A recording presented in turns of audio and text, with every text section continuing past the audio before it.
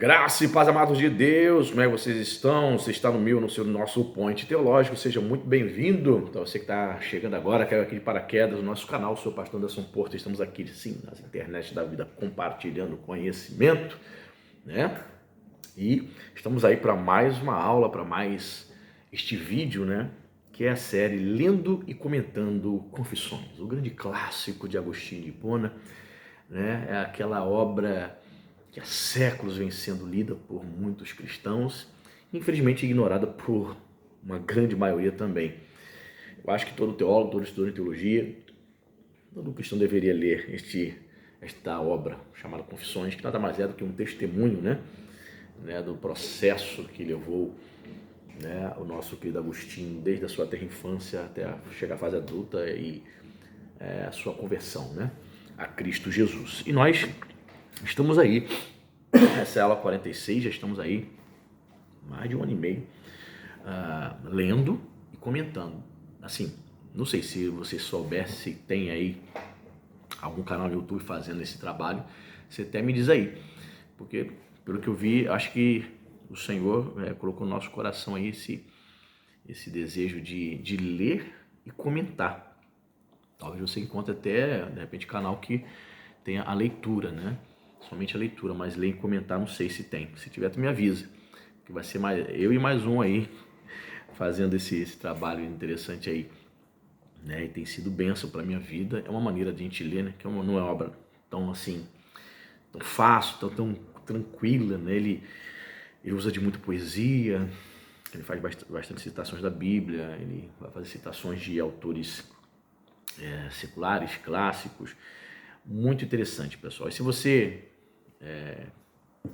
quer saber mais detalhes, obviamente eu sugiro que vá ao começo dessa série, entendeu? Mas não tem nenhum problema não, se você também assistir a partir de agora. Mas sugiro que assista as outros vídeos, as outras aulas anteriores, tá?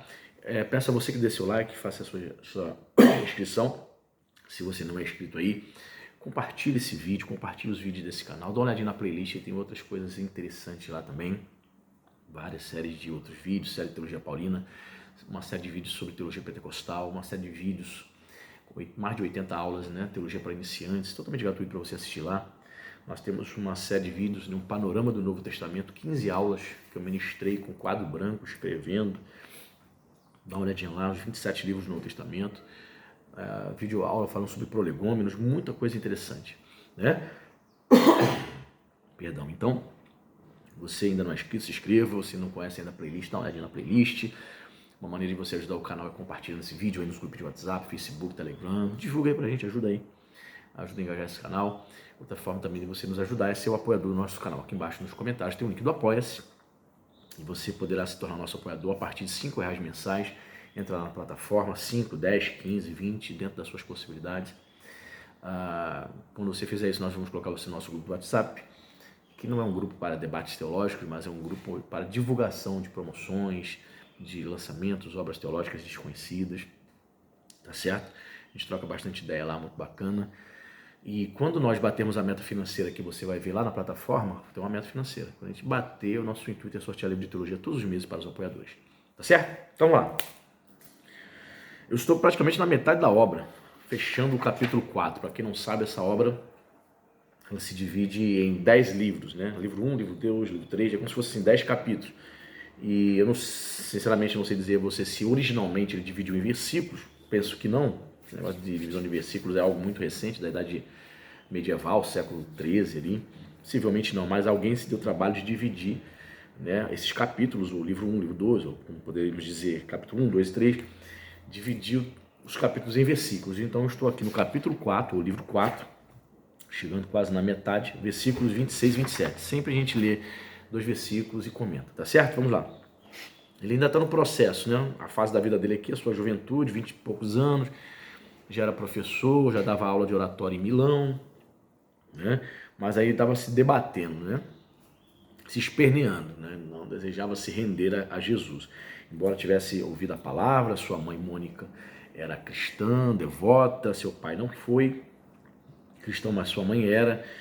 Embora ele tivesse uma noção do evangelho, mas ele nunca abriu o coração para estudar a palavra, para receber a Cristo.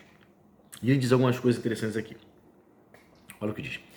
Mas eu me esforçava para me aproximar de ti, e tu me rechaçavas para que eu sentisse o gosto da morte, pois Deus se opõe aos orgulhosos. Tiago 4,6.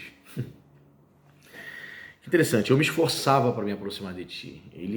Se alguém chegasse para Agostinho e perguntasse assim, pô, acha interessante a doutrina cristã? O que você acha? É interessante, né? Estou até tentando, estou custando, pensando, quem sabe, me tornar cristão, como foi minha mãe. Mas ele confessa aqui que um dos grandes problemas dele era o orgulho, né? Deus se opõe aos orgulhosos. Pois é, pessoal, talvez seja um dos pecados mais terríveis da humanidade, o orgulho. E geralmente quem é orgulhoso não sabe que é. Isso é um problema gravíssimo, cara. Pessoa é um poço de orgulho, extremamente autossuficiente, e ela acha que não. Geralmente o orgulhoso não consegue identificar isto. Ele consegue identificar o orgulho, este orgulho que o impedia de se render a Cristo, depois da sua conversão. Essa obra, obviamente, foi escrita após sua conversão. Então ele reconhece aqui que o grande problema, né, para que ele não se rendesse ao Senhor, não buscasse a Deus, de fato, ele até tentava, até se esforçava, mas sem abrir mão do orgulho. Aí fica difícil. Ele diz mais aqui, mas o que denuncia mais orgulho do que o fato de eu, em minha estranha loucura, sustentar que eu era por natureza o que tu és? Pois embora estando sujeito a mudanças, tantas coisas evidenciavam isso, e o meu próprio desejo de tornar-me sábio era a vontade de melhorar o pior. Mesmo assim, preferia imaginar-te sujeito a mudanças, a imaginar-me como não sendo o que tu és. Ele era tão orgulhoso por conta da sabedoria, né, dos dons, talentos de retórica dele, era um erudito, que ele se imaginava como um Deus, olha só. Ele achava que Deus era sujeito a mudanças. Olha só, uns pensamentos estranhos, né? Imaginava como sendo tu, como tu és. Que coisa. Então o orgulho, de certo modo, o cegava, né? De certo modo, o cegava ao ponto dele ter algumas concepções estranhas, o que nós chamaríamos hoje da teologia do processo, né? A teologia do processo é que ensina isso, que Deus está sujeito a mudanças, Deus está evoluindo, o que isso vai totalmente contra a palavra de Deus, né? A palavra de Deus vai dizer que o nosso Deus é imutável, ele não muda, sua essência, seu caráter não muda, né? E a teologia do processo diz que Deus está sujeito a mudanças e que determinadas ações na história do mundo, determinadas ações dos homens poderiam fazer com que Deus mude o seu caráter, mude a sua maneira de pensar. Que coisa doida, né? E tinha esse pensamento de Deus. E demais aqui, consequentemente, eu era rechaçado por ti, e tu resistias à minha vã arrogância. Após a conversão, ele percebia que alguns eventos na vida dele era o próprio Deus rechaçando ele. Algumas coisas que ele pretendia fazer, Deus rechaçava, Deus parava ele. Ele reconhece aqui, por causa do Senhor, resistir à minha vã arrogância. Minha arrogância era inútil. Era totalmente inútil quando determinadas questões o Senhor intervia, me impedindo de fazer. Ele diz aqui, eu imaginava formas físicas e eu mesmo sendo carne acusava a carne, e brisa passageira que não retorna, não voltava a ti. Continuava transmitindo coisas que não existem nem em ti e nem em mim, nem no mundo físico.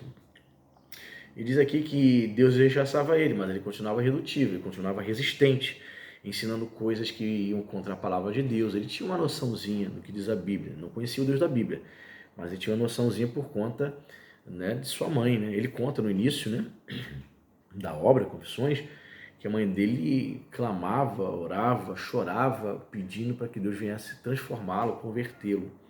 Demorou bastante, porque ele estava realmente, desde a infância, adolescência, perdidinho, andando em más companhias e tal. E a mãe dele chorava, clamava a Deus, pedindo que Deus transformasse o coração dele. Então ele, obviamente, devia ter ouvido vários sermões de sua mãe Mônica, né? Mas ele resistia. Aí diz aqui, eu continuava transmitindo coisas que não existiam nem em ti, nem em mim. Ou seja, ele não tinha se rendido a Cristo, mas ele de vez em quando soltava algumas pérolas tinha suas opiniões, assim como muitas pessoas hoje em dia têm, né? Você chegava para um ateu, um agnóstico e dizia assim, fala-me sobre Deus. A pessoa tem suas opiniões, mas são opiniões totalmente equivocadas a respeito de Deus, fora da palavra, né? Aí dizia, eu continuava transmitindo coisas que não existem, nem em ti, nem em mim. Ou seja, ele mentia. Ele falava coisas a respeito de Deus que não eram verdadeiras e sobre ele omitia, ou inventava, ou exagerava, transmitia coisas que não eram verdadeiras. Olha só. Coisas que tão pouco eram criadas para mim pela tua verdade, mas sim criadas pela minha loucura de coisas físicas. Ou seja, ele entendia que na sua vida pregressa, sem Cristo, tudo que ele falava, tudo que ele discursava, sua cosmovisão da vida, na verdade eram inúteis e loucura. Caramba! Não é assim que a Bíblia vai falar? Naquela parábola, né? Do rico, louco, hoje te pedirão a tua alma. Todo indivíduo que deseja viver uma vida independente de Cristo Jesus é louco, insensato. Não é louco no sentido de ser insensato, é um louco maluco que vai para o hospício. Não é nesse sentido, é louco no sentido de insensatez. Sim, qualquer atitude, qualquer declaração de uma pessoa que quer viver independente de Deus são declarações loucas, insensatas. Você vê aí esse grande, um dos maiores ateístas, talvez seja o maior ateísta aí no momento aí, um grande militante, escreveu o livro Deus, um Delírio, né, que é o Richard Dawkins.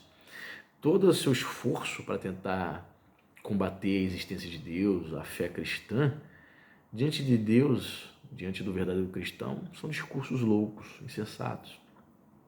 Negar a existência de Deus, né? Os céus manifestam a glória de Deus, a pessoa observar a perfeição da criação do universo, da terra, todas as condições perfeitas, né? Todas as condições perfeitas para que o homem possa viver aqui nessa terra. Ele observar isso e dizer que não existe um ser inteligente que criou essas coisas é um discurso louco. E Agostinho reconheceu isso. E demais, e eu costumava perguntar aos teus pequenos, meus concidadãos, dos quais, sem me dar conta, eu estava afastado, cheio de insensatez e palavras vãs, costumava perguntar-lhes, por que, nesse caso, a alma criada por Deus comete erros? Ele perguntava ao pessoal, de repente que ele dava aula, né? Por que, nesse caso, a alma criada por Deus comete erros? Mas, aí ele diz aqui, mas eu não queria que me perguntassem por que, nesse caso, Deus comete erros. Ele entendia que, ele até acreditava, que é interessante, ele até acreditava na existência da alma. Ele entendia que ela existia e não entendia por que a alma comete erros, ou seja, a alma, o indivíduo, né, em si, sua parte material agindo através do seu corpo. Por que nós somos pecadores? Por que nós cometemos tantos erros? Talvez aí no seu afã de tentar se autoconvencer de que precisava de Deus e ao mesmo tempo ele tinha uma paixão, estava muito preso ao mundo, ele se questionava. E aí, mas ele disse aqui, ele não queria que as pessoas retrucassem a ele, mas eu não queria que me perguntassem por que nesse caso Deus comete erros. Ou seja, se você está dizendo que o homem é um pecador, né? Não seria porque Deus também é imperfeito, já que ele é imperfeito, ele cria homens imperfeitos e pecadores. Então, logo, Deus é pecador. Ele não queria tentar conciliar essa ideia, porque a mãe dele, Mônica, né, que a Igreja Católica tornou santa, Santa Mônica, né? Não vou entrar aqui nessa questão, claro que ela não é santa, claro que você não deve orar nem acender vela para ela, enfim. Ele não queria ser questionado, ele não queria ser confrontado sobre essa questão. Tá, já que você está perguntando para a gente que a alma comete erros, o homem é um pecador inveterado, não tem solução, não tem jeito, você não entende isso, não? Tá, deve ser porque o Criador, Deus, né, o Deus cristão, é que deve ser bem problemático e também deve ter suas imperfeições, já que ele criou um ser que comete erros. Claro, né, eles não tinham entendimento acerca da queda. Tanto é que depois da sua conversão ele vai estudar bastante isso, ele vai se debruçar sobre a questão da doutrina do pecado, né, que vai falar sobre a queda, sobre a natureza depravada e tal, que ele vai enfatizar bastante. Aí aqui, vem de confessar que minha essência mutável se extraviara por sua própria vontade e agora persistia no erro, o que era seu castigo. Então, ele diz aqui, eu sustentava que tua essência, olha o que ele fala aqui, até sublinho aqui, eu sustentava que a tua essência imutável cometia erros em caso de necessidade. Veja, ele antes de conhecer o Senhor, ali nas suas aulas de retórica, quando o pessoal tocava assunto sobre Deus, ele dizia, não, Deus comete erros, sim, cara. Quando há necessidade de cometer, ele é um Deus imperfeito, ele comete erros, assim como nós cometemos. Olha só, ele tinha uma concepção totalmente equivocada sobre Deus. Eu sustentava que tua essência imutável cometia erros em caso de necessidade, em vez de confessar que minha essência mutável se extraviara por sua própria vontade e agora persistia no erro, que era seu castigo. Ou seja, ao invés de eu reconhecer que o problema era eu que era um pecador inveterado, eu ficava colocando a culpa no Senhor. E aí, pessoal, como pastor, eu fico observando isso. Né? As pessoas são problemáticas, as pessoas elas são orgulhosas, elas não querem se render, elas se resistem, assim como Agostinho resistia a Cristo, estão dentro da igreja ouvindo durante anos, cara. Elas chegam para você e mentem descaradamente. Claro, não são todos, né? Mas algumas pessoas que estão ali dentro da igreja ouvindo a palavra, mas elas mentem para você.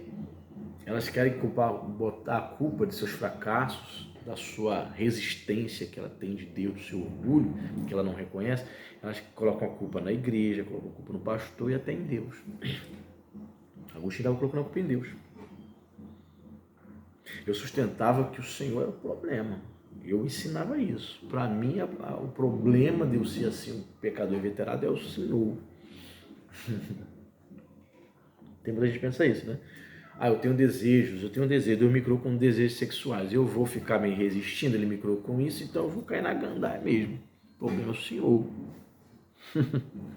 Versículo 27, ele diz aqui, tinha eu 26 ou 27 anos na época em que escrevia aqueles volumes, ponderando comigo mesmo ficções físicas. Ele estava antes de se converter.